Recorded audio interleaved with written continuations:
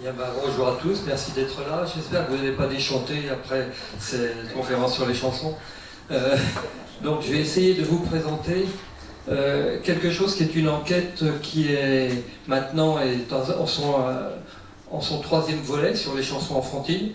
Et là, ça correspond au premier volet, c'est-à-dire en fait la mise en place d'un cadre pour comprendre comment on est passé des chansons du folklore ou de chansons adultes à un répertoire de chansons enfantines et comment ces chansons enfantines se sont figées plus ou moins dans des livres pour enfants. C'est en gros le propos. Parce que je suis, comme vous le savez, sur une longue enquête de plus de 50 ans sur la culture enfantine et après avoir vu que l'histoire des jouets, l'histoire des livres pour enfants, les bonbons, comme on vient de rappeler, je me suis rendu compte qu'il y avait un objet que je n'avais jamais étudié, qui était celui des chansons enfantines, et qui en fait pénètre dans la culture écrite bien plus tard que les autres. On parlait déjà dans les livres pour enfants des jouets, des jeux des enfants, de leur vie et d'un certain nombre d'éléments de leur vie, mais comment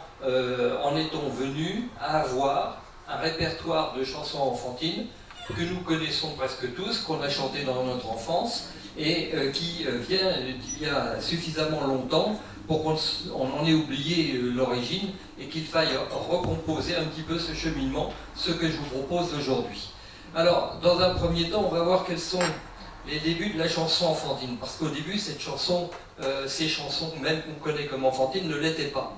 Et elles sont rentrées dans la culture d'enfance par plusieurs biais qu'on va examiner dans notre première partie sur les débuts de la chanson enfantine. Elles y rentrent d'abord par le biais du jeu, parce que les rondes, c'est en fait une forme de jeu enfantin, qui était en fait pas du tout enfantin au départ, puisque c'était les danses villageoises étaient très souvent des rondes accompagnées de chansons, et donc que ces chansons accompagnant un exercice physique de danse deviennent un patrimoine de la culture enfantine, il a fallu justement un certain nombre d'étapes.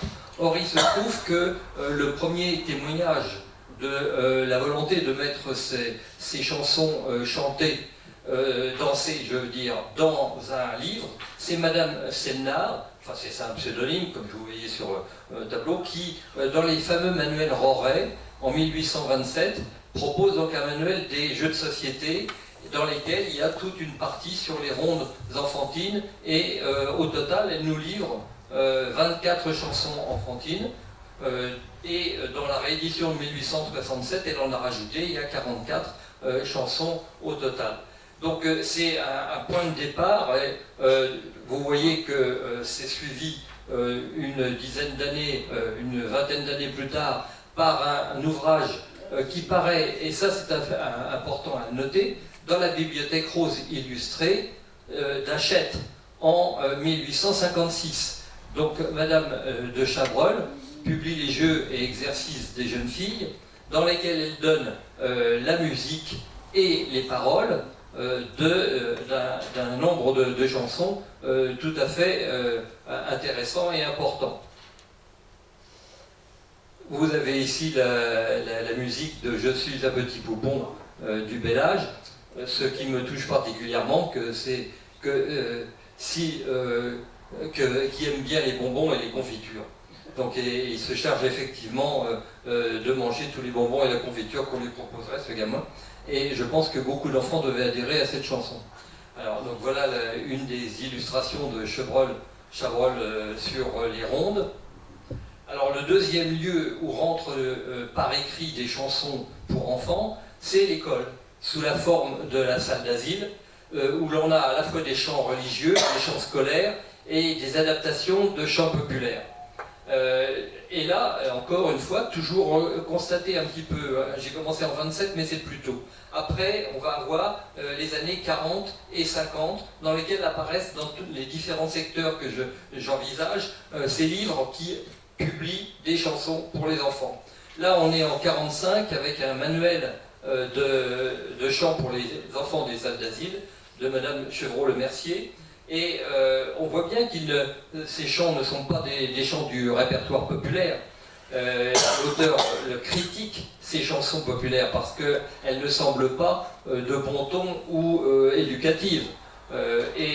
Par exemple, j'ai donné l'image qui accompagne dans son manuel une chanson sur Saint-Nicolas. L'image se rapporte bien à la légende de Saint-Nicolas ressuscitant 3 enfants, alors qu'en fait, dans la chanson, il n'en est pas question du tout. On gomme les aspects de la chanson populaire pour faire une chanson scolaire dans laquelle on manie plutôt la prière et les bons sentiments. Parce que Saint-Nicolas était le patron des écoliers. Toujours dans les salles d'asile, Madame Carpentier, Marie Pape Carpentier, dans son enseignement pratique des écoles maternelles, nous livre aussi un certain nombre de chansons. Mais ce qui est intéressant, c'est ce qu'elle dit dans son avant-propos. Qui n'a joué, c'est bien là, qui n'a joué dans son enfance à la Marguerite, à la Tour Prends-Garde, au Chevalier du Guet, à Giroflée, au bar, aux 4 coins, au marchand de toile, au marchand de plomb, au furet. Dans ces jeux en question, nous avons des rondes. La Tour Prends-Garde, le Chevalier du Guet, Giroflée et le furet. Qui n'a dansé 1000 et 1000 rondes. Tous ces souvenirs nous sont restés chers, nous en sourions encore, même à travers nos préoccupations sérieuses, tristes peut-être. Rendons à nos enfants ces innocents bonheurs que nous avons goûtés. Et ensuite, eh bien, elle fait une trahison ou une captation de ce patrimoine, puisque, par exemple, pour Bon Voyage, cher Dumoulin, qui est une chanson bien connue d'enfant, ben, elle utilise l'air, mais pour une chanson dont les paroles sont « Bon voyage, petits amis, pour l'avenir, partez avec courage, bon voyage, petits amis, serrez vos mains et demeurez unis ». Donc ça tombe à plat quand même un petit peu. Hein. Ces chansons scolaires sont un répertoire qui ne restera pas dans les mémoires, contrairement à M. Dumoulin.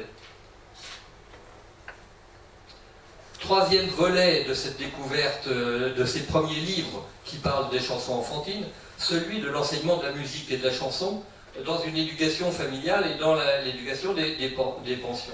Et le premier a publié un livre pour les enfants de chansons et de romances qui sont écrites pour eux, c'est Ferdinand de Haller, qui donc publie 100 romances avec les mélodies, et en 1844. Et son but est donc de donner un répertoire aux enfants, et un répertoire qui finalement est là aussi assez moralisateur et qui ne correspond pas à un héritage populaire, mais qui se veut quand même justement pensé pour être un répertoire de chansons pour enfants, mais avec l'apprentissage de la musique, tel qu'on le faisait dans la bourgeoisie, où on apprenait le piano et où on apprenait à chanter des romances qui sont de la musique classique savante et non pas de la musique populaire. Dans ce même domaine, on a en 1860 un ouvrage qui est donc intitulé Récréation de l'enfance, recueil de rondes avec jeux et des petites chansons, dans lesquelles vous voyez tous les titres, vous en chopez au hasard comme ça, quelques-uns, et vous vous rendez compte qu'il y en a beaucoup qui appartiennent au répertoire des chansons enfantines que nous connaissons encore.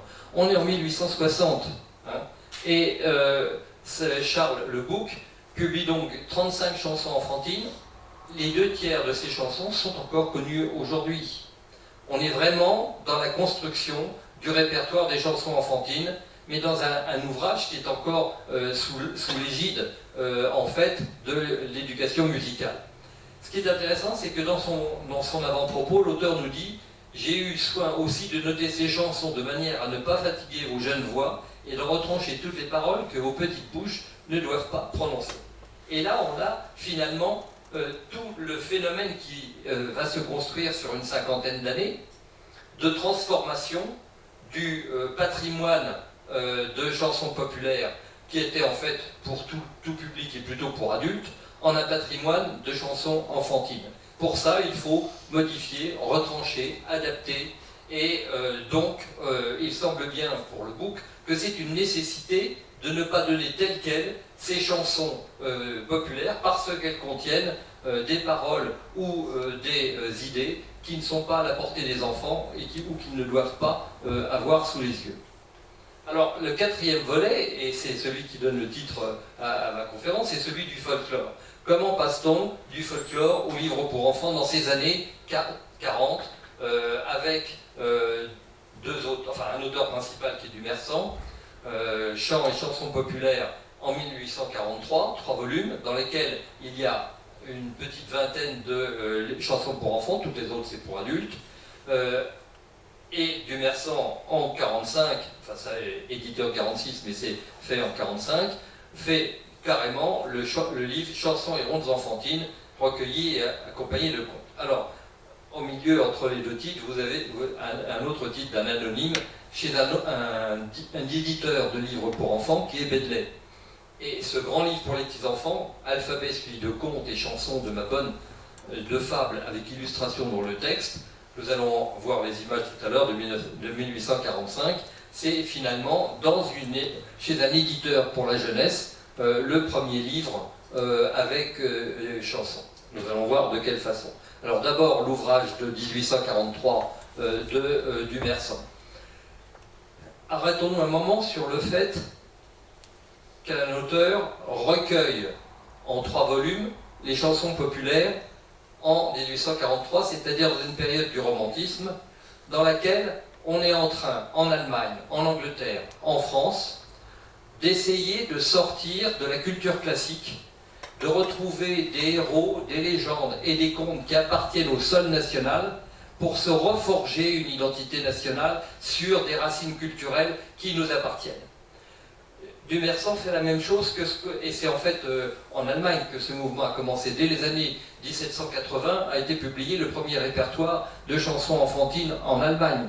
Et ça s'est continué sous le romantisme allemand jusque dans ces périodes-là. Donc vous voyez qu'on est à l'intérieur d'un mouvement européen qui consiste à rechercher le patrimoine, qui va en fait créer ce qu'on va appeler les folkloristes, et plus tard les sociologues, parce qu'il s'agit d'aller à la recherche de ce patrimoine populaire resté oral et qui n'a pas été noté, et qu'il s'agit donc de noter pour le préserver. Et Dumersan est tout à fait dans cette optique-là. Donc on voit ici la chanson de Giroflée et Girofla. J'attire votre attention sur les images qui accompagnent ce volume de 1843, images qui montrent bien que pour une chanson considérée comme une chanson enfantine, hein, comme Le clair de la lune, les images sont un peu rudes, un peu grivoises par rapport à une mentalité enfantine. Donc là, il n'y a pas d'adaptation à l'enfance. On a un dessinateur qui dessine en fonction d'une chanson qu'on dit enfantine aujourd'hui, mais en représentant des scènes d'amants et d'amantes qui ne sont pas, j'allais dire, atténuées dans leur graphisme. Donc avec la musique aussi. Il était une bergère. Là, on commence à avoir quelques éléments, parce que c'est des enfants qui sont en premier plan, et sur la partie droite, vous voyez que le bandeau qui entourait la page d'Il était une bergère est rempli en fait de jouets, poupées, polichinelles, petits tambours, etc. Donc avec une façon de signaler graphiquement que cette chanson est pour les enfants, alors que sur le plan du texte ou de l'illustration, on en est encore assez loin d'une véritable adaptation. C'est encore plus net avec la mère Michel. La mère Michel, là on voit le père Lustucru à droite avec le cadavre du chat sur les genoux. Et par contre, à chaque chanson, Dumersan fait une notice dans laquelle il essaye de retracer l'histoire de la chanson. Et pour la mère Michel, il dit sur 10 versions qui courent, nous avons retenu la plus probable, et non pas celle dans laquelle on dit que le chat est en train de chasser les souris au grenier avec une petite épée de bois. Et l'illustrateur ici n'a pas choisi. Il a voulu montrer les deux éléments, le père Lustucru qui tue le chat et le chat au grenier qui lutte contre les souris. Donc vous voyez qu'on est dans un moment intermédiaire dans lequel on cherche les chansons du folklore. Il n'y a pas encore de catégorie enfantine en 1843. Elles sont signalées par 2 ou 3 éléments, mais pas complètement, et en tout cas sans la volonté vraie de les adapter. Par contre, le petit album publié chez Bedley en 1945 nous montre la mère Michel. Et alors là, c'est complètement différent. Vous avez affaire à une brave vieille qui cherche son chat avec le bougeoir, qui le cherche avec le balai un petit peu partout, qui dit au revoir à Monsieur Lustucru qui part en voyage. Et ensuite, et c'est pas tellement bien visible, elle est assise à côté de sa table, et le chat en fait est sur ses genoux.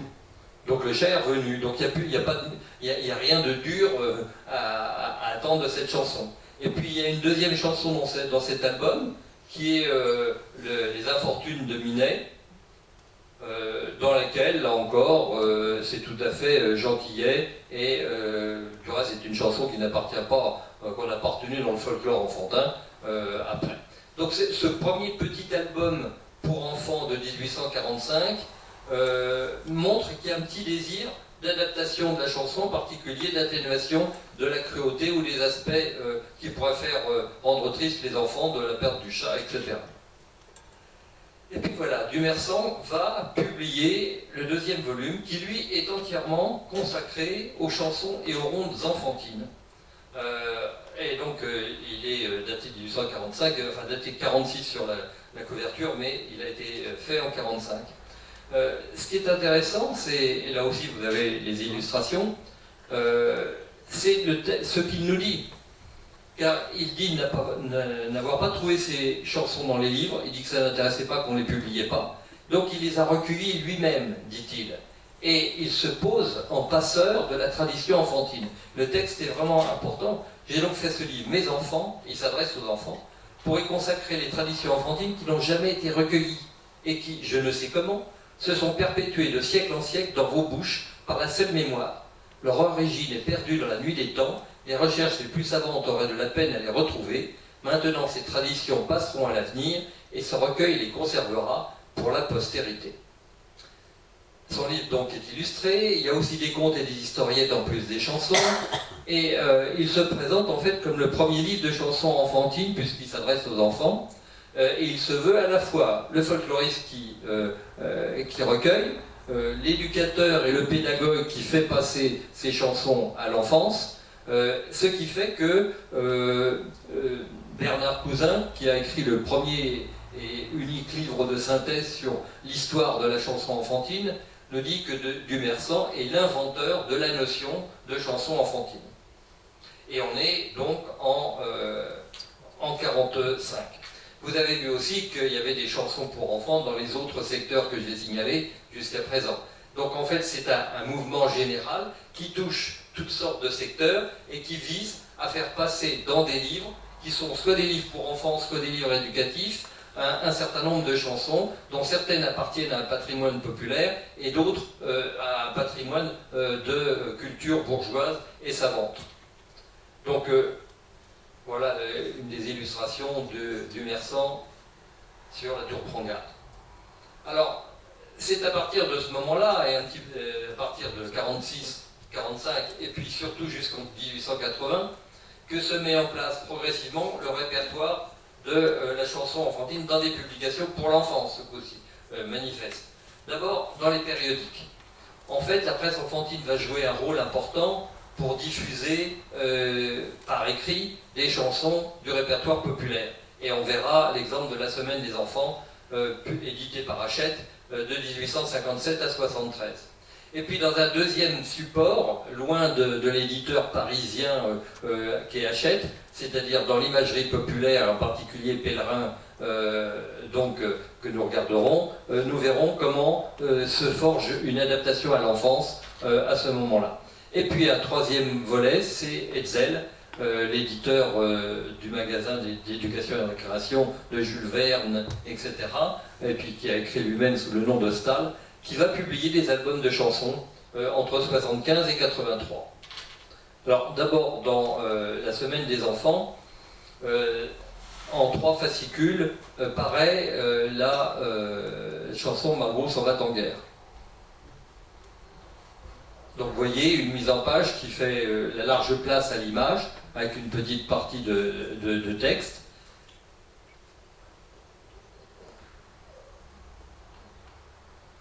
Et sous un titre qui n'est plus le titre ultérieur qu'on connaît, c'est Margot s'en va en guerre, le titre initial et qu'on trouvait aussi dans l'imagerie d'Épinal, c'est Mort et convoi de l'Invincible Malraux. Avec des illustrations qui sont faites par Castelli, qui est l'illustrateur de la Bibliothèque Rose d'Hachette très souvent. Et chaque année, donc la Semaine des enfants va publier une ou deux chansons. Et puis ça va s'accélérer dans les années 62-63, c'est 5 par an. Les premières sont publiées sans la musique, et progressivement on rajoute la musique. Donc on prend de plus en plus en compte la totalité de cet objet chanson enfantine, musique, parole, et toujours ce qui est important quand on s'adresse à l'enfant, la volonté de l'illustrer, c'est-à-dire de fournir à l'imaginaire enfantin des images à partir desquelles il peut rêver ou imaginer autre chose. Et toutes ces chansons vont être republiées par Werinst, qui est en fait un musicien, qui va faire les musiques de rondes et chansons populaires illustrées, qui paraît en 1876, et dans laquelle il rajoutera d'autres chansons en plus de celles qu'il a repris de la Semaine des enfants. Donc là, avec la volonté de faire le recueil en 1876, de faire le recueil de toutes ces chansons enfantines. Voilà toujours dans la Semaine des enfants, Le Bon Roi d'Agobert, et à droite, la version publiée par Werinst. Vous voyez que c'est exactement la même chose, avec un travail plus soigné sur le plan de l'illustration et dans l'impression. Et dans Werinst, vous avez aussi dans la mère Michel, et on voit que le père Lustucru en haut là, répond à la mère Michel, et en bas il a le chat sous le bras, et en dessous c'est une famille qui est en train de le manger, parce que dans la chanson il y a pour un lapin votre chat fut vendu, qui répond à la mère Lustucru. Donc ce qui correspond à une habitude d'un certain nombre de rôtisseurs parisiens qui attrapaient les chats et qui les faisaient rôtir et qui les vendaient comme lapins.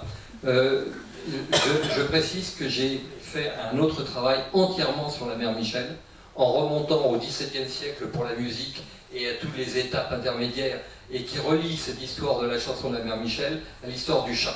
C'est à paraître aux presses universitaires d'Arras en 2020. Je ferme la parenthèse, c'est pour ça que ça me préoccupait déjà. Donc j'étais déjà en train de ramasser des exemples comme je faisais ce travail-là, qui est le premier. Et maintenant, ça va aboutir à une publication spécialisée sur cette chanson. Ce qui est la monographie permettant de découper beaucoup plus finement les différentes étapes de transformation de la chanson du monde pour adultes au monde des enfants. Alors, dans l'imagerie populaire, et donc dans l'imagerie d'Épinal avec Pellerin, un certain nombre d'exemples que je vous donne de 1825 à 1878.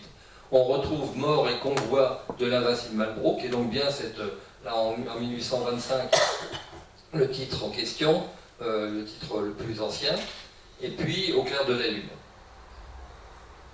Après, j'ai du bon tabac dans ma tabatière, mais c'est une illustration qui, là, vous voyez, ne s'adresse pas à l'enfance. Hein. C'est des personnages qui finalement n'ont rien de l'univers qui pourrait plaire aux enfants. Le petit Marie, bon, le chat l'emmène, pauvre petit Marie, et Épinal, Pellerin décide de republier un certain nombre de ces chansons qu'il avait publiées en feuilles séparées, qui étaient vendues comme ça dans les rues plus facilement, en un album dans lequel se trouvent 7 chansons. On revoit donc une présentation un peu différente Au clair de la lune, de Cadet-Roussel, Il pleut bergère, La bergère et son chat. Alors, dans un certain nombre de ces... J'en reviens au chat, mais là c'est ça, la bergère et son chat, elle est en colère et elle le tue. Donc là encore, est-ce qu'on va conserver plus tard, est-ce qu'on va adapter cette chanson en supprimant la cruauté envers les animaux ou pas? C'est l'un des problèmes de sensibilité par rapport à l'enfance dont il faudra rendre compte. Le Roi d'Agobert. Et voilà, chez Pellerin, l'effort d'adaptation à l'enfance. La première image date de 1851 pour la mère Michel.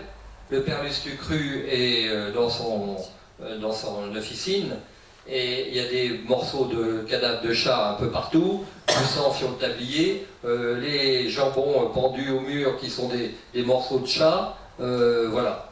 Et l'édition de 1878 fait un zoom, simplifie les détails et les personnages, ne montre que les deux personnages antagonistes, la mère Michel qui pleure et le père Lustucru.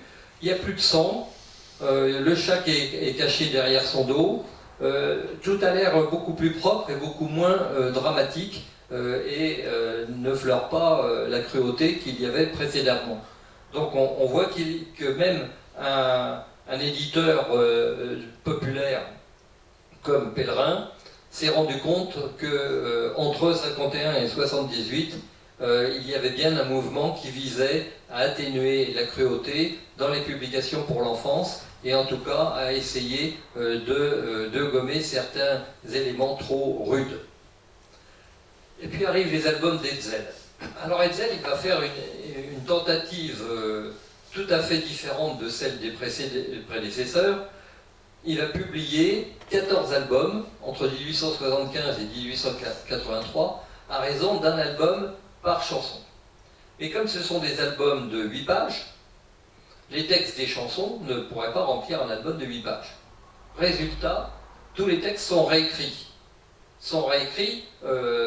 Donc en se moquant en quelque sorte, pratiquement, du texte de la tradition de ces chansons. Par exemple, vous voyez en dessous le texte au clair de la lune, c'est pas vraiment la chanson que nous connaissons. Hein. Et deuxième effort d'adaptation, outre le fait de transformer ça en chansons qui sont des petits récits et bien édulcorés, il y a le fait de transformer les personnages de ces chansons en enfants. Alors que c'est des personnages adultes dans la chanson. Donc ces deux efforts d'adaptation amènent ce que je vais vous les montrer, ces albums comme ça, donc vous pouvez constater vous-même ces transformations sous l'angle du dessin. La boulangère est une jolie petite fille. Hein. Cadet Roussel, un gamin habillé en soldat. Il était une bergère.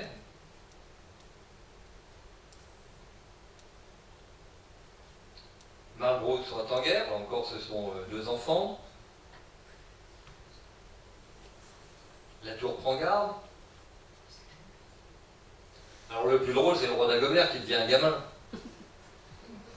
Évidemment, il a mis sa culotte à l'envers, c'est plus crédible pour un enfant que pour un roi âgé, donc sans doute qu'il pensait que c'était plus raisonnable d'en faire un enfant, mais voilà. Et puis Girofla, là encore le texte est très transformé. Et puis Monsieur de la Palisse, que j'aime bien, parce qu'il tire un jouet, un mouton à roulette, et tout ça, le début de la chanson, dès son bas âge, il donnait l'exemple le plus honnête, n'ôtant jamais son bonnet sans se découvrir la tête. Bon, c'est la palissade, évidemment, et là on peut en inventer autant qu'on veut, ça pose pas de problème. La marmotte en vie. Et pour la mère Michel, il choisit l'illustrateur la version qui est pas dramatique, c'est-à-dire qu'elle retrouve le chat au grenier. Il n'est même pas en train de traquer les souris et les rats avec sa petite épée de bois. Hein, il est tout simplement réfugié au grenier et il lui saute dans les bras et voilà, tout va bien dans le meilleur des mondes. Donc, et ensuite, il lui saute dans les bras donc. Et on dit que grâce à Monsieur Lustucru, qui est rôtisseur, il va pouvoir avoir à manger tout ce qu'il voudra pour le restant de ses jours, ce brave petit Matou. Compère Villery, et sur le pont d'Avignon.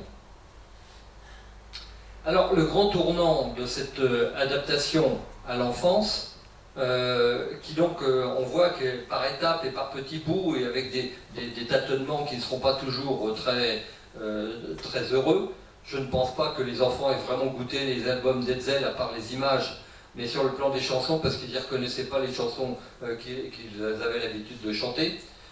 Mais ce qui va faire un pas en avant à cette adaptation, c'est la transformation du livre pour enfants de chansons en un objet où tout est pris en compte, c'est-à-dire où la musique, le texte et l'illustration forment un ensemble entièrement pensé pour l'enfance par quelqu'un qui en a le talent, et il s'agit de Boutet de Monvel.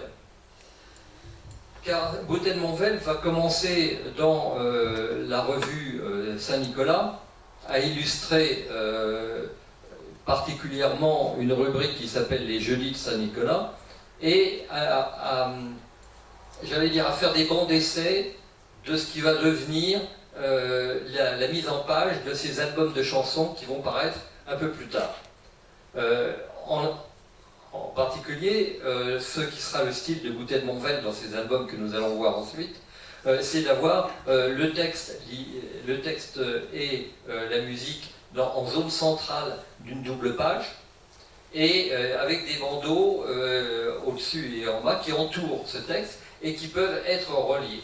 Au début, c'est un peu maladroit, c'est-à-dire que c'est un peu séparé, on ne relie pas les choses, c'est encore deux pages côte à côte dans lesquelles la seule disposition centrale de la musique et des paroles semble indiquer la volonté de faire de ces deux pages une seule. Mais ce n'est pas encore vraiment réalisé graphiquement comme il saura le faire plus tard.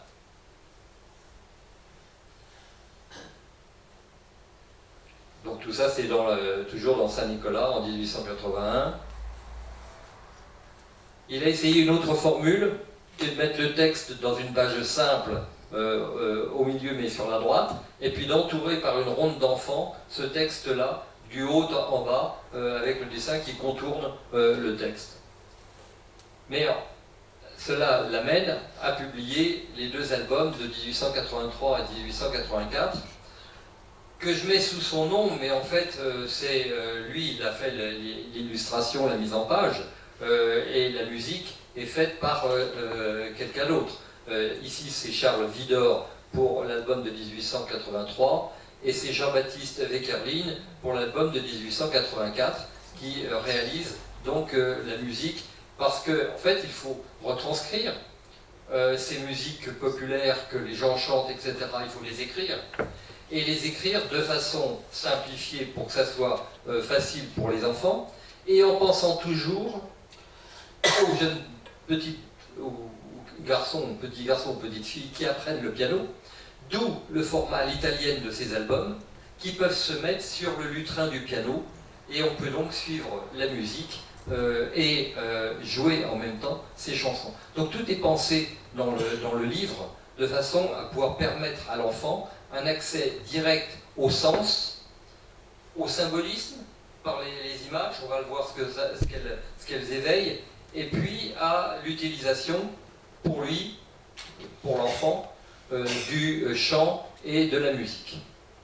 Donc cela donne ce genre de mise en page, et mise en page dans laquelle les enfants deviennent des personnages qui soit chantent eux-mêmes, sont les acteurs, soit jouent la musique, soit dansent sur la musique. Dans les frises qu'il y a autour, tous les personnages qu'ils créent sont en rapport direct avec la chanson et apprivoisent en quelque sorte cette chanson comme étant réellement un élément de la culture enfantine et appartenant bien à ces enfants. Alors, dans le premier album, il ne fait qu'une dizaine de doubles pages avec cette nouvelle forme de graphisme, alors que dans le deuxième, il a compris que c'était plus efficace, et il y a 13 doubles pages. Donc la mère Michel, sa façon d'atténuer les choses, c'est de laisser à peine voir sortir de la casserole du perlustu cru un petit morceau de la tête et deux pattes du chat, qui donc, c'est le cas de le dire, va passer à la casserole, enfin il y est déjà, et la mère Michel pleure à sa fenêtre. Allons-nous planter les choux? Donc les enfants sont en train de planter les choux en même temps que l'on peut chanter la chanson. Les petits bateaux qui vont sur l'eau. Alors là, vous voyez que dans l'invention graphique, que la chanson elle-même est au milieu de la mer et qu'il y a les poissons tout autour et les bateaux à la surface.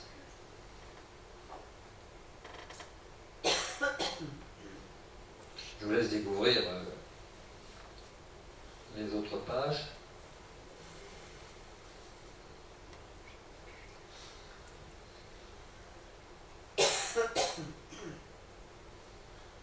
Comme on ne les a pas toujours sous la main, ces albums, je pense que c'était un peu utile de vous les montrer pour que vous vous rendiez compte de ce que l'on fait dans ces années 1880, quand on commence vraiment à prendre au sérieux la chanson enfantine comme élément permettant une création de livres pour enfants nouveaux, mais qui sont là des albums, avec évidemment un de nos plus grands illustrateurs de l'époque, qui est Gouttet de Monvel. Alors, Wekerlin, qui a donc fait la musique de l'un de ses albums, a pour son compte refait aussi 2 livres de chansons enfantines, dans lesquels évidemment il a écrit la musique. L'un donc avec 53 chansons, l'autre avec 45, en 1886 et 1889. Je me permets de vous citer la préface de Wekerlin parce que c'est intéressant pour le problème du rapport au folklore et du passage dans ces livres pour enfants. Dans les villes, il n'y a plus que les enfants qui dansent aux chansons. Ils en retirent 2 avantages bien certains. La danse développe leur corps et la chanson développe leur voix. Cette conviction nous a fait céder à la demande de nos éditeurs qui voulaient un second volume de rondes et chansons enfantines, le premier ayant été reçu avec sympathie et empressement. Or, la source de ces chansons d'enfants n'est pas inépuisable, si bien qu'après avoir recueilli de notre mieux dans la ville de Paris, il a fallu avoir recours à la province pour compléter notre volume. Cette pérégrination extramuros n'a pas été sans charme, plus d'une pièce curieuse et originale nous est tombée sous la main. Voilà le premier album de 1886. Alors ce n'est pas un album finalement, contrairement à Gouttet de Monvel, c'est un livre illustré. Avec la plupart du temps, la chanson est illustrée sur un hors-texte couleur à côté, ou en bandeau au-dessus du texte, ou encadrant le texte lui-même. Et l'illustration ne fait pas d'effort pour présenter un monde de l'enfance, mais présenter le monde réel adulte qui est celui que met en scène le texte lui-même de la chanson.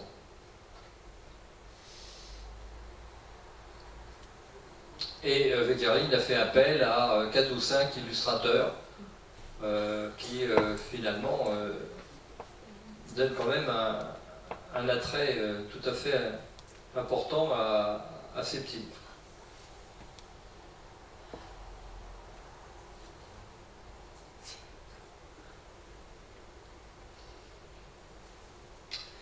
Dans sa préface de 1889, Wekerlin nous dit « À part le peuple, il y a encore d'autres fournisseurs de rondes pour les enfants. Ce sont les papas et les grands-papas poètes, invoquant leur muse, heureuse parfois, au profit de leurs enfants ou de leurs petits-enfants. » Donc vous voyez, il y a toujours cette volonté de faire passer de l'oralité à l'écrit, et à un écrit dans lequel la forme de livre pour enfants permet de donner des images et de donner un produit que l'enfant peut s'approprier plus facilement. Mais dans ce 2e volume, on a affaire à des chansons plus historiques, comme c'était Anne de Bretagne, Le Joli Dragon, et c'est évidemment un peu moins amusant que les albums précédents de chansons enfantines. Mais on est dans une période où les genres qui étaient un peu séparés, que je vous ai montré dans la première partie, entre les genres scolaires, les genres folkloristes, les livres pour enfants, dans cette période de 1880 à 1914, tous les genres se mélangent. C'est-à-dire qu'on a, comme Wekerlin, des musiciens qui deviennent folkloristes pour aller ramasser les chansons, des folkloristes qui se mettent à publier du folklore pour enfants, et dans les écoles aussi, on va reprendre le problème de la chanson enfantine autrement. Donc voilà par exemple ce nouveau recueil des folkloristes, et après on verra les chants scolaires de Maurice Bouchard. Donc un livre des mères en 1870 par Cuff qui veut présenter des recueils de poésie destinés à la famille et dans lequel on trouve toute une série de berceuses, de chansons de Philomène Bourdon. C'était à la fois des chansons pour adultes et puis des chansons pour enfants.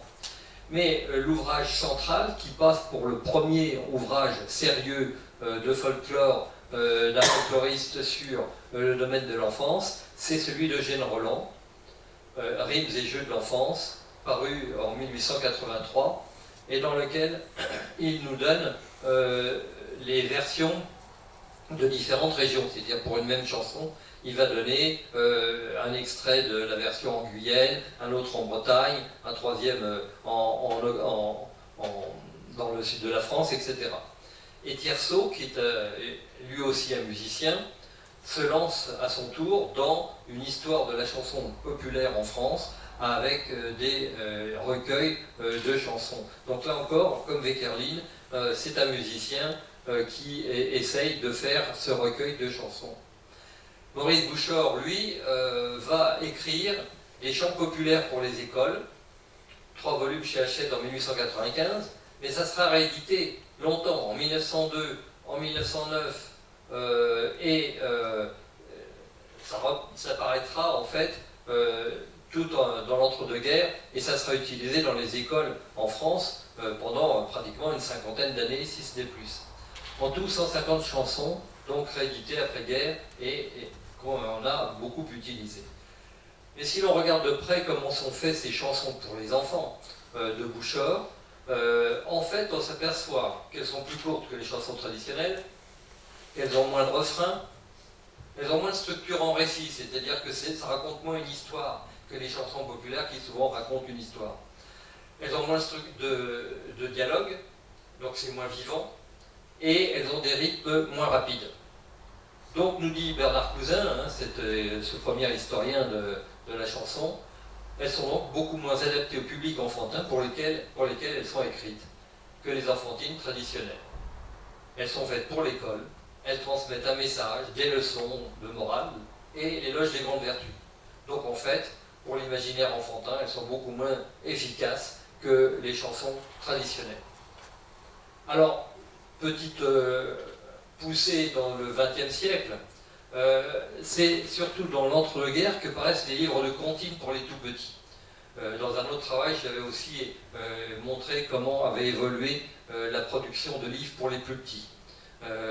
Et c'est vrai que c'est dans l'entre-deux-guerres qu'on utilise souvent cette expression tout petit et qu'on fait des livres qu'on leur destine. Alors l'âge des tout petits n'est pas le même suivant la période, mais ce qui est intéressant, c'est que là, on recueille justement des comptines, 100 comptines recueillies et illustrées donc, par Pierre Roy en 1926, et Bernard Cousin nous dit à nouveau que c'est Pierre Roy qui a vulgarisé le terme de comptine, et viendront ensuite les grandes enquêtes de comptines qui auront lieu au XXe siècle, dont en particulier celle de Beaugaumont en 1961.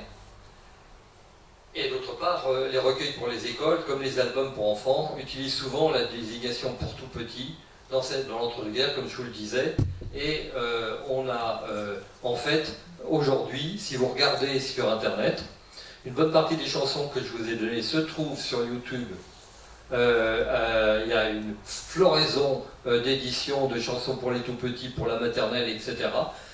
Tout est sous le nom de comptines. C'est-à-dire que même les chansons qui n'ont rien à voir avec des comptines, parce que les comptines, normalement, c'était les chansons pour apprendre à compter, les formulettes, toutes ces chansons qui sont très différentes d'âge et d'utilisation dans la culture enfantine, sont mises aujourd'hui sous le terme de comptine. Et donc, à tel point du reste que dans le volume dans lequel est paru l'article dont je suis en train de vous parler, qui s'appelle « Lire en chantant des albums de comptines », eh bien, effectivement, toutes les chansons qui sont dans les livres pour enfants sont appelées des comptines. Donc, aujourd'hui, après la Deuxième Guerre mondiale, sont apparus des disques et des CD, et donc ça a modifié complètement le panorama dont je suis en train de parler. Mais là, je vous présente quelques-uns de ces albums avec de nouveaux illustrateurs et une nouvelle façon de présenter les chansons qui tranche assez avec ce que nous avons vu pour le XIXe siècle, en particulier Marie-Madeleine Fronnoin, donc en 1935, dans un autre de ses livres, Chantons et dansons de 1936 chez MAM. Et dans un troisième album de 1938 sur les chants de Noël. On trouve aussi L'air ne fait pas la chanson de Suzanne Minost, édité à MAM en 1937, en 1939 et ensuite en 1941, dans l'édition des Enfantines. Marcel Vérité aussi, avec un graphisme tout à fait différent, qui était très moderne à l'époque, réédité en 1951. Et aujourd'hui, où en est-on? Eh bien d'abord, on a des illustrations qui ont complètement édulcoré tous les aspects. Le politiquement correct fonctionne très bien pour les enfants. Et donc tout ce qui est image de violence, de séparation des gens, d'hostilité entre les groupes, etc., tout ça est gommé. Et on a des images comme celle de la mère Michel, dans laquelle on voit très bien le père Lestucru lui ramène, montre le lapin de la chanson, mais le chat est au-dessus, donc rien n'a été, il ne s'est rien passé de négatif pour la mère Michel. Et c'est un peu la tendance actuelle, dans laquelle je ne rentrerai pas, puisque c'est plus de l'histoire, et que je vous laisse juge d'aller dans les librairies, feuilleter les livres de comptines, et vous rendre compte de quelle façon on a complètement transformé, surtout dans l'illustration, et en partie aussi dans les textes, ce répertoire de chansons enfantines qui s'est élaboré au cours du 19e siècle, comme j'ai essayé de vous le montrer. Je vous remercie de votre attention.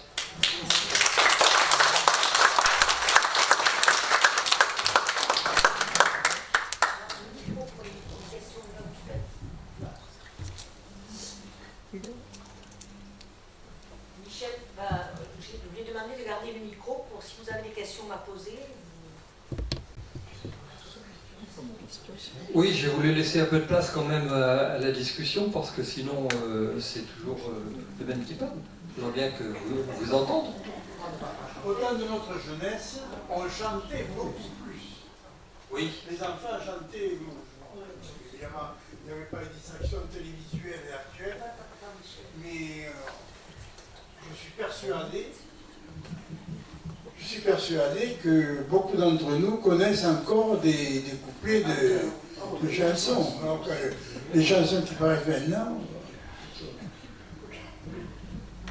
Oui, et en fait, je crois que c'est valable un peu dans tous les domaines de la société, parce que là, le travail que je suis en train de faire en ce moment sur la chanson enfantine, dans les livres pour enfants qui ne sont pas des livres de chansons, montre bien tout ce qu'il y avait comme place des chansons dans les métiers.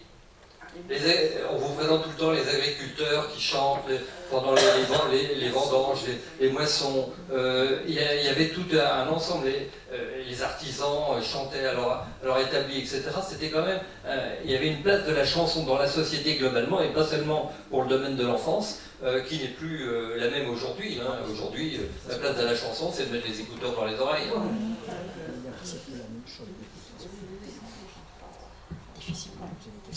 Notre question, je me demande comment on les apprenait, les chansons. Est-ce par tradition, c'est pas à l'école qu'on nous les apprenait? Bah justement pas. Non. Oui. On a bien vu que justement à l'école, on cherchait à fuir un peu la partie populaire parce que ça semblait pas assez conforme aux idées éducatives qu'on avait. Et donc en fait, les chansons s'apprenaient de bouche en bouche, comme disait. Moi j'avais un répertoire, mais je ne me rappelle pas comment je les ai apprises. À l'école, bien sûr. Mais dans la cour de récréation, oui. Pas en classe. Oui, mais il y avait des enfants qui les avaient appris. Oui, mais les enfants les avaient appris déjà. Avec les copains et les copines, dans la rue. Oui, Je peux pas entendre. Il y en a plusieurs qui parlent en même temps, je peux pas entendre. avec les grands-parents. Oui, avec les grands-parents, mais aussi dans la rue. Quand on jouait dans la rue, on communiquait C'est vrai, c'était pour accompagner les jeux. Oui, pour accompagner. Chez nous, pendant les années 40 et 50, il y avait des choses à la radio qu'on écoutait à l'école primaire pour apprendre des choses musicales comme ça. Comme ça, et évidemment les grands-parents aussi. Oui. Alors, Et la mère aussi, pardon, je m'excuse. Mais ça a commencé avec les comptines, les chansons pour endormir. voilà, Donc dans le travail que je fais en ce moment, je parle justement, il y a toute une partie sur les berceuses. Oui. Parce que mais les berceuses existent depuis longtemps, mais on pensait que c'était... On hésite parfois à les ranger dans les enfantines, parce qu'on se dit c'était les nourrices ou les mères qui chantaient, c'était pas les enfants. Mais en fait, je trouve dans les livres pour la jeunesse qui rappellent qu'il y a eu les berceuses, ceux qui les chantent encore adultes parce qu'ils les ont entendus par leur mère et que ces chansons sont restées dans leur mémoire. Donc en fait, les berceuses font bien partie du répertoire des chansons. Moi, je me souviens que ma grand-mère nous chantait, quand on était enfant, elle nous chantait des chansons. Il n'y avait pas la télé. Elle les chantait en français, mais elle chantait aussi en patois. Pour les enfants qui voulaient pas dormir, En fait, ce domaine de la chanson enfantine, il y a les berceuses dès le petit âge. C'est ça. Ensuite, il y a les chansons avec jeu, c'est-à-dire le furet, le foulard, il y a beaucoup de chansons, il y a les rondes, mais il y a, en dehors des rondes, il y a toute une série de jeux qui s'accompagnent de chansons. Et Il y a les chansons mimées aussi, là. Les chansons mimées, là. Je me souviens du lapin, là. Je me rappelle. Les crèches, il y a toujours des moments d'apprentissage. Dans les crèches, il y a toujours des moments d'apprentissage de chansons, de mimes. Il y en a tous les jours, il y a un temps de chant. oui, mais ce que je disais, ça sur les tout petits, c'est quelque chose de nouveau. C'est quelque chose qui a commencé à se mettre un peu en place dans l'entre-deux-guerres et qui a surtout été développé à partir des années 60. La grande nouveauté, ça a été le fait de ne plus avoir que le livre comme support pour apprendre, mais d'avoir les disques et de vendre des livres pour enfants avec leurs disques. Ensuite, après, avec le DVD, le CD. Et donc maintenant, on a les vidéos, on a tout un matériel qui a complètement mis le livre, j'allais dire, non pas au dernier plan, mais comme l'un des éléments d'une culture enfantine de la chanson, ce qui n'était pas le cas avant. Donc ça, c'est nouveau, et ça touche plus les petits. Et on a l'impression que quand on est plus vieux, on a moins tendance à chanter que les enfants se trouvent un petit peu ridicule de chanter quand ils sont un peu plus âgés. Il y a un changement des âges des chansons aujourd'hui par rapport aux périodes plus anciennes. Dans les maternelles aussi, ils ont des moments de chant. Dans les maternelles aussi, il y a des moments de chant. Oui, c'est ça, c'est les crèches, les maternelles, les petits. Et après, bon, il y avait tout le problème des organismes paroissiaux, donc et puis les colonies de vacances, le scoutisme, qui étaient des lieux d'apprentissage de chant en collectivité. C'était... Oui, par exemple, les éclaireurs, tous ces groupes Voilà. d'enfants, d'adolescents. Moi, je sais que j'étais chef de meute et qu'avec mes louveteaux, on chantait, hein, même si on chantait pas forcément juste, mais on chantait. Et comme je ne savais pas jouer d'un instrument de musique, j'avais un mélodica, c'est-à-dire, je ne sais pas si vous vous rappelez ça, c'était avec les touches de piano et on souffle dans l'embout, ce qui était quand même le plus simple pour avoir au moins la note d'accompagnement pour pouvoir accompagner les louveteaux quand ils chantaient.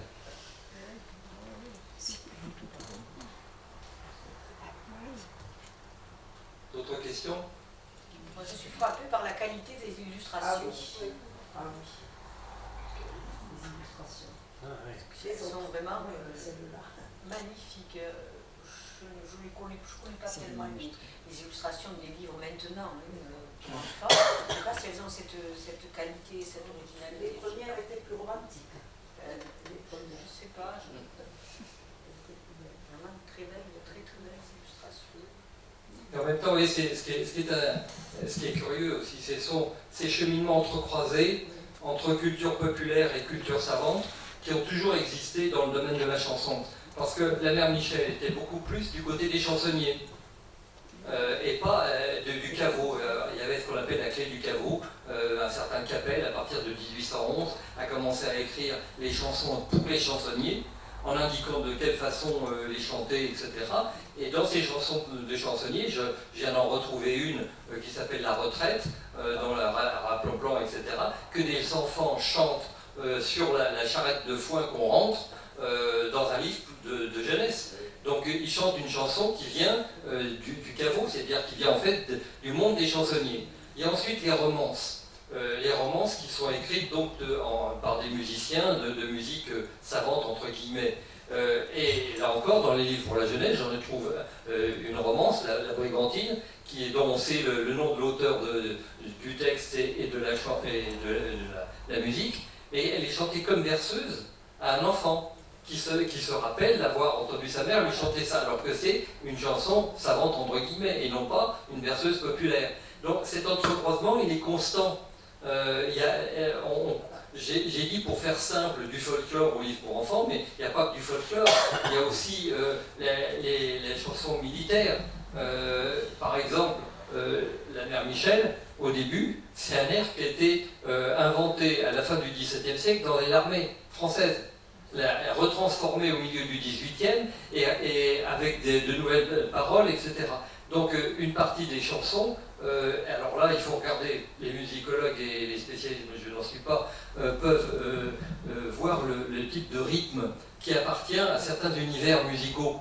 Effectivement, certaines chansons enfantines ont des rythmes qui correspondent à des chansons militaires transformées après. Vous voyez, le monde des chansonniers, le monde de la romance savante, le monde de la musique militaire concourent à faire finalement des chansons qui vont être appropriées par l'enfance et qui vont lui permettre, en se transformant, de devenir un répertoire de ce qu'on appelle les enfantines.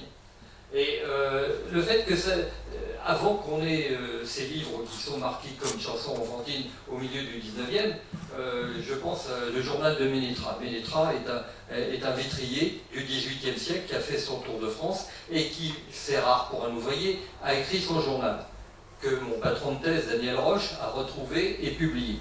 Eh bien, Ménétra nous parle du pont d'Avignon que son oncle lui chantait quand il était enfant. Autrement dit, on est dans un milieu d'artisans, et la chanson Le Pont d'Avignon existait au milieu du XVIIIe, et on la chantait à un enfant. Donc après, il faudrait retrouver, et je suis sûr qu'une véritable recherche permettrait de retrouver des traces de ces chansons enfantines qu'on connaît en tant qu'enfantines au XIXe, mais qui ont peut-être déjà été plus ou moins appropriées aux enfants, par les enfants, ou données aux enfants, à une époque plus ancienne, sans que cette notion de chanson enfantine n'ait été créée, mais simplement par usage, on trouvait plus que telle chanson convenait mieux pour les enfants.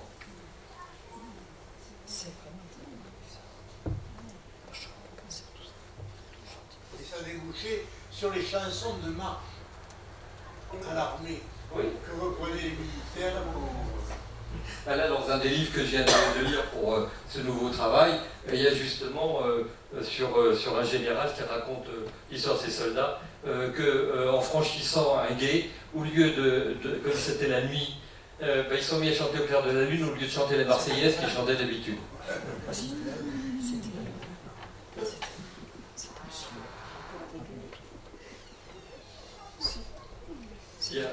J'espère quand même que vous avez encore des questions parce qu'on a encore du temps.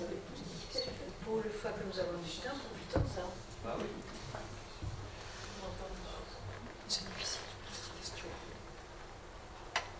Mais pour les chansons comme Jean Petit qui danse, etc., les chansons comme Jean Petit qui danse, en fait, ça raconte du Moyen-Âge, l'histoire de la torture d'un personnage à qui on arrache les membres, les jambes, les bras, la tête à la fin. C'est donc pour remonter quand même vraiment... Pour certaines, alors il y a effectivement des historiens des chansons populaires qui sont remontés pour certaines chansons très loin. Un exemple assez amusant, La Petite Hirondelle. Vous connaissez La Petite Hirondelle?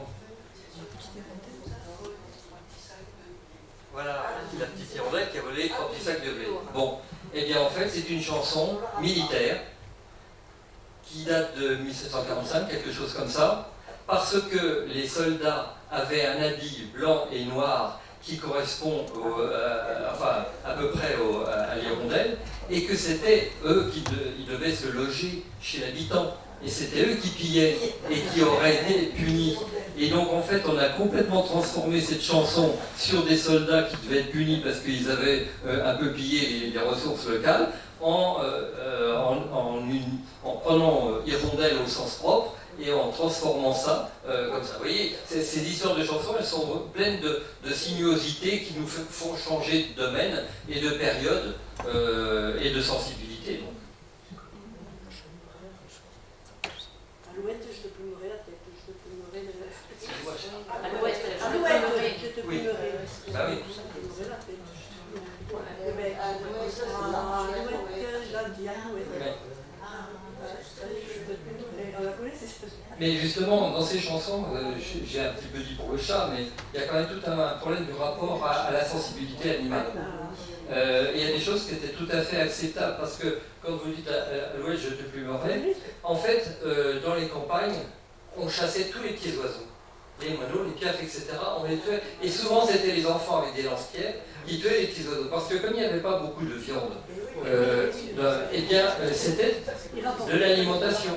Donc en fait, ce n'était pas de la cruauté, c'était normal, c'était pour vivre, et donc on le faisait. Et puis progressivement, bon, la Société protectrice des animaux a été créée justement dans cette période-là, dans les années 1840. Ça a commencé chez les Anglais juste dans les années 1820. Et progressivement, on a vu apparaître dans les livres pour enfants et donc progressivement dans les chansons une espèce de contrôle et de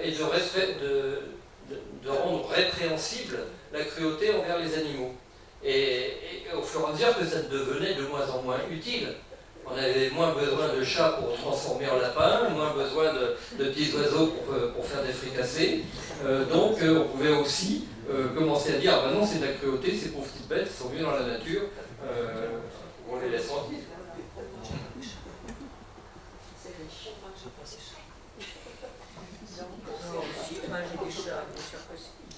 La rue Mangegatz ici.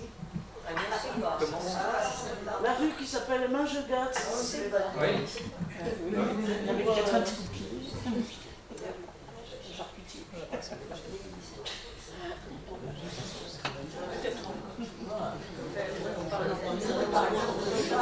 Symboliquement, le chat a toujours été un animal plus ou moins diabolique chez nous. Chez nous, bien dans notre civilisation chrétienne. Oui, le chat a été apprivoisé par les Égyptiens parce qu'ils avaient besoin de protecteurs de leurs greniers et du blé dans les greniers. Et le grand destructeur, c'était la souris et le rat. Donc on a apprivoisé les chats pour ça. Et pendant très longtemps, le chat est resté l'animal qui était spécialisé dans la protection des récoltes et qui ne jouait pas le rôle d'animal familier. Mais le chat, comme vous le savez, est rusé, patient, et il est rentré progressivement dans les maisons, et à partir du moment où il s'est mis devant la cheminée, il était très difficile de le retirer. Ce qui fait que le chat est devenu un animal familier avant qu'on se soit rendu compte que normalement il aurait dû rester dans les greniers à s'occuper des souris. Et en fait, cette histoire du chat est intéressante parce que elle a commencé, du reste, on a commencé à écrire une histoire du chat au XVIIIe siècle. Le premier livre d'histoire du chat date du XVIIIe siècle. Et justement, il y a les deux volets du chat. Le chat chasseur, qui a des proies et qui est cruel, qui joue avec les souris, etc. Et puis le chat minou, gentil, etc. sur les genoux. Et ces deux images ambivalentes permettent justement des projections symboliques fortes dans différents domaines. Et c'est pour ça qu'on le retrouve dans toute une série d'histoires. Et la mère Michel, pour en revenir à la mère Michel, en fait a donné lieu à des romans, dont un en 1846 par l'abbé Dolière, qui est encore réédité en folio poche aujourd'hui, que vous pouvez lire, qui a écrit un petit roman qui s'appelle La mère Michel. Donc en fait, la mère Michel a beaucoup inspiré ce rapport avec le chat, avec la mère Michel. Ça a donné lieu à ce roman, mais à d'autres. Ça a donné lieu chez Hetzel, dans le magasin d'éducation, à une autre histoire de chat, de mère Michel, dans laquelle elle était plus ou moins, elle était une grande pâtissière, etc. Et elle avait un chat qui faisait un petit peu n'importe quoi. Et donc en fait, il y a eu des opérettes, il y a eu des pièces de théâtre sur la mère Michel, des vaudevilles. Donc la mère Michel était devenue un thème dans les années 1820-1870 qui se répand dans la culture en dehors de la chanson.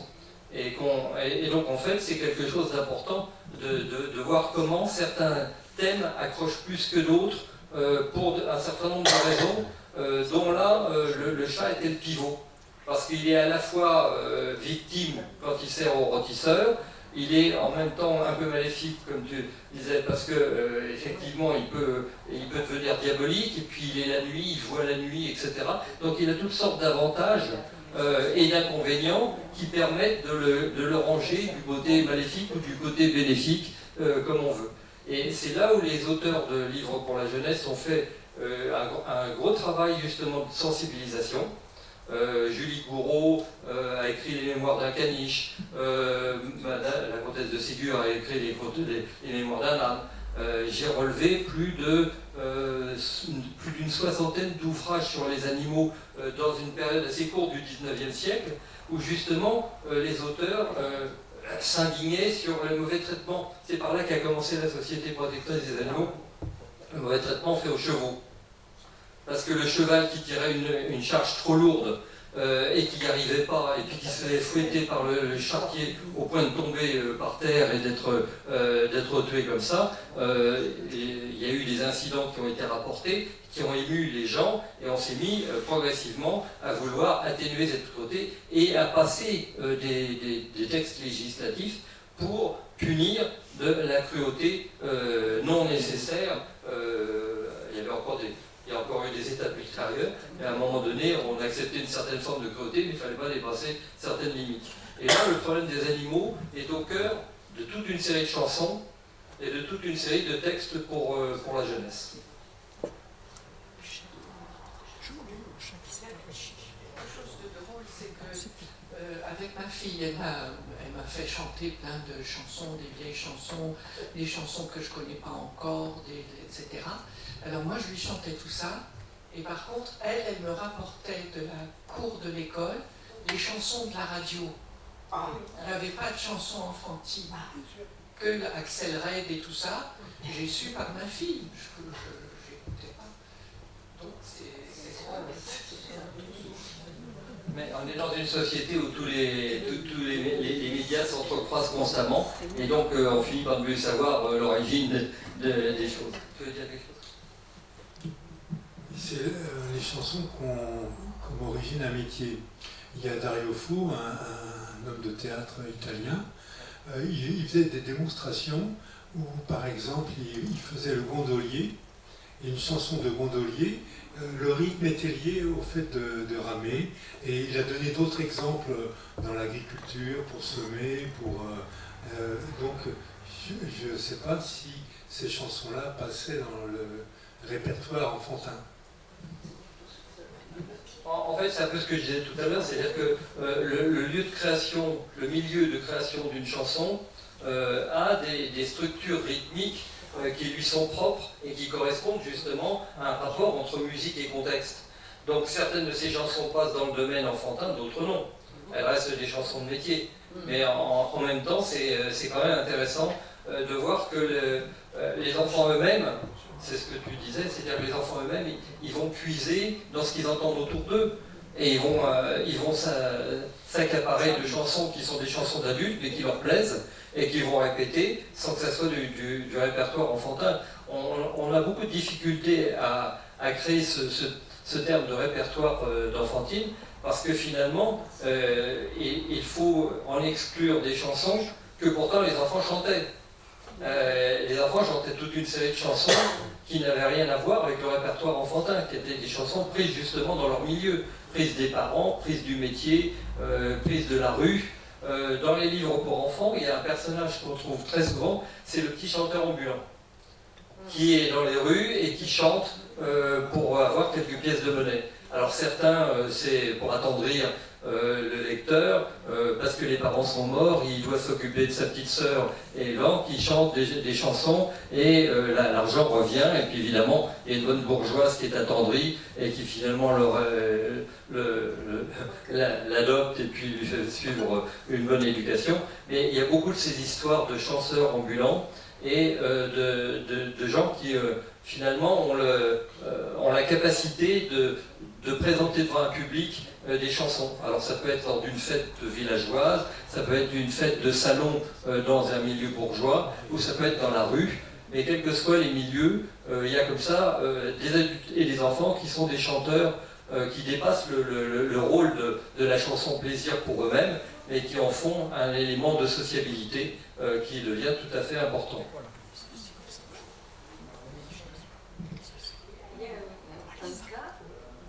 Il y a un cas difficile à classer. Par exemple, dans les dessins animés, les animaux chantent des chansons. Tu les mettrais où? Dans le film. Non mais... Par exemple, la grenouille. Oui. Moi, je n'ai pas d'idée préconçue, mais j'observerai les enfants qui ont vu ces dessins animés pour voir s'ils les rechantent. C'est ça qu'il faudrait faire.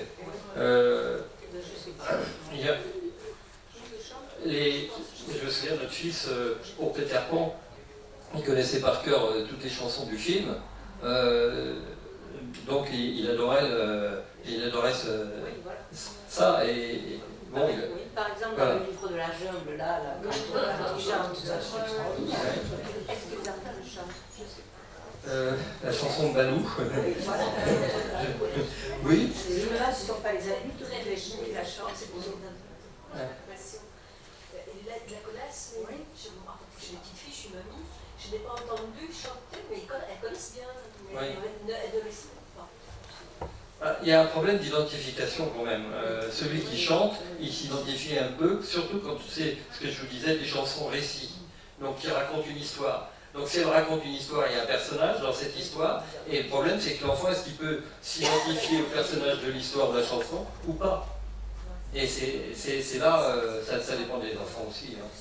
Ça dépend des enfants, il y en a qui le font et puis d'autres qui ne le feraient pas. J'ai toujours été persuadée que la mère Michel correspondait à une pénurie alimentaire. La chanson avait eu la postérité qu'elle a eue parce que ça correspondait à une période de disette pour manger les chats. Alors, apparemment, non. Non, c'est pas une période de disette. D'abord, elle s'est construite par petites étapes entre le 18e et le 19e. Elle a d'abord été chantée par des chansonniers dans des caveaux, dans des cafés, et elle correspondait effectivement à l'existence de gargotes qui tuaient les chats et qui les faisaient manger sous forme de lapin, en disant que c'était du lapin. Donc c'était pas de la disette, mais c'était un milieu populaire et des repas qui coûtaient moins cher que les autres repas. Mais les clients le savaient ou ne le savaient pas. Mais en fait, il y a quand même quelques petites indications dans les archives qui montrent que dans tel quartier, il n'y avait plus un seul chat visible dans les rues. Donc on se doutait fort bien qu'ils avaient disparu, et en grande partie dans les casseroles de ces rôtisseurs populaires.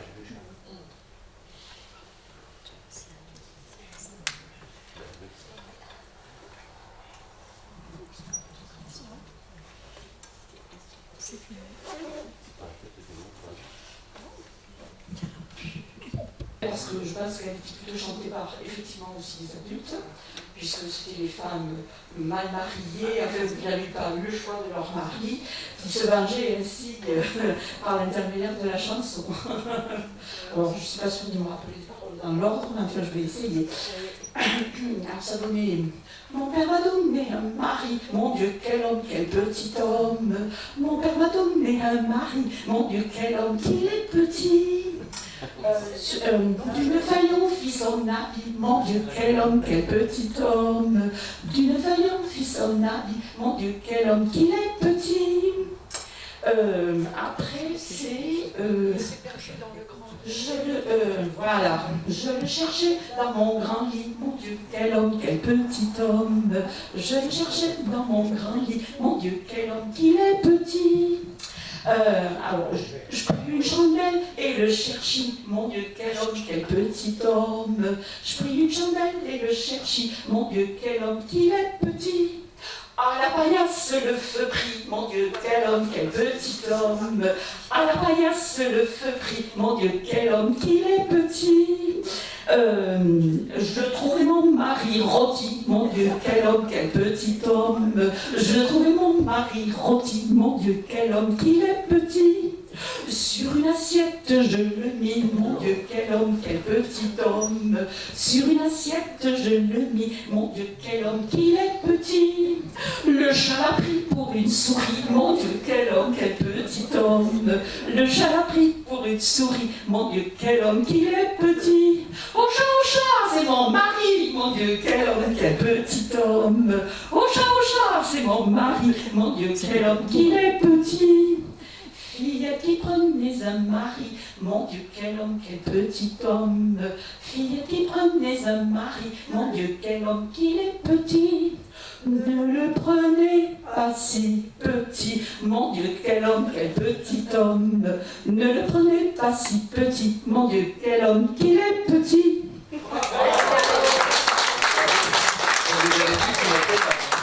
Il était effectivement dans la liste et on voit les chats qui l'emmènent alors qu'il n'est pas du tout rôti. Dans les illustrations du 19e siècle.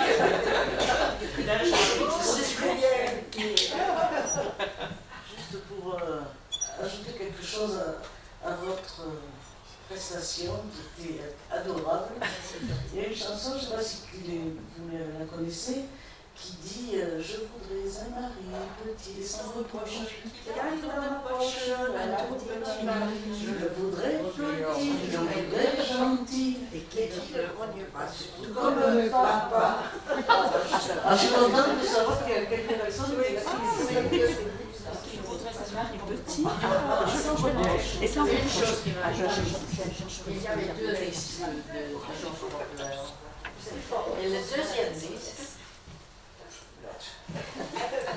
Et le deuxième liste contient au moins 6 chansons en français qu'évidemment j'ai appris en Angleterre à l'école primaire parce que je les connais depuis des années. Non, parce que comme il était un pêcheur, et riait au petit bateau. Il était un pêcheur, qui gardait ses moutons. Un accord.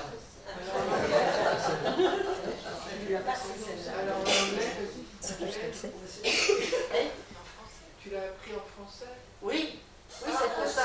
C'est pour ça que c'est ça qui m'a étonné.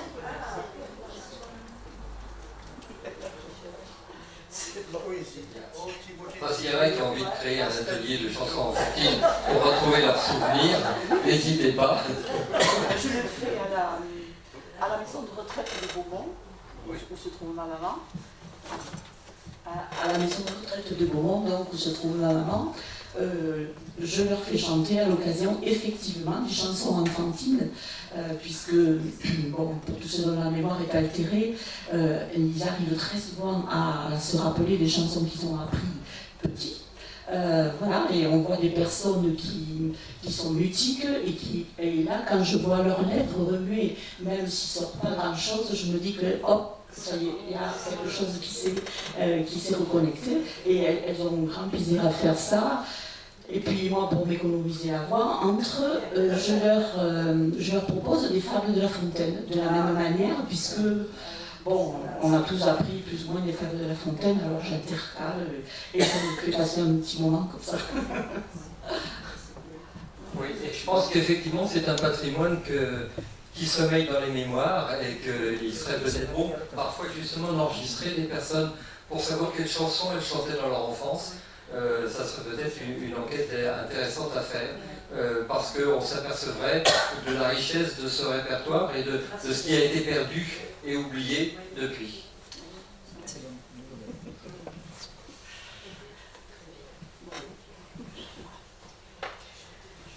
Avez-vous d'autres questions? D'autres envies de chanter? Non. Un répertoire caché? Non. Il me reste à remercier tout le monde. Merci beaucoup Michel, on a appris plein de choses, on a chanté, on a découvert plein de choses. Je voudrais faire vous donner une information. La première, c'est que maintenant vous pouvez visionner l'ensemble des conférences à partir de notre site. Donc elles sont toutes sur le site du groupe Histoire. Ensuite, j'ai mis l'autre information, à savoir l'Assemblée Générale, qui aura lieu le 7 décembre, le samedi après-midi, donc à partir de 14h30. Et on va essayer de faire vivre le site un peu plus, et on va rajouter quelques informations, notamment, je ne sais pas ce qui... On verra, hein, vous allez nous dire si vous êtes d'accord. Bon, je pensais mettre une sorte de petite éphéméride, mois par mois, par exemple, en mois de novembre 1750, il s'est passé ceci ou cela, des extraits voilà, de documents que nous avons, parce que nous en avons beaucoup. Voilà. Merci à tout le monde et bonne soirée. Je vous signale ce livre édité à Toulouse, chez RS, dirigé par Sylvie Réna, Chloé Séguret et Céline Touchard. Lire en chantant des albums de comptines. Donc il y a aussi beaucoup de personnes qui font de l'animation actuelle auprès des enfants avec les albums de comptines. Et il y a l'article correspondant à ce que je vous ai présenté aujourd'hui, qui se trouve donc avec un titre un petit peu différent, Les chansons pour enfants deviennent des livres, du folklore à l'album de comptines. Voilà. Donc vous pouvez retrouver, si vous avez envie d'aller un petit peu plus loin, de voir les choses plus en détail. Merci. Merci.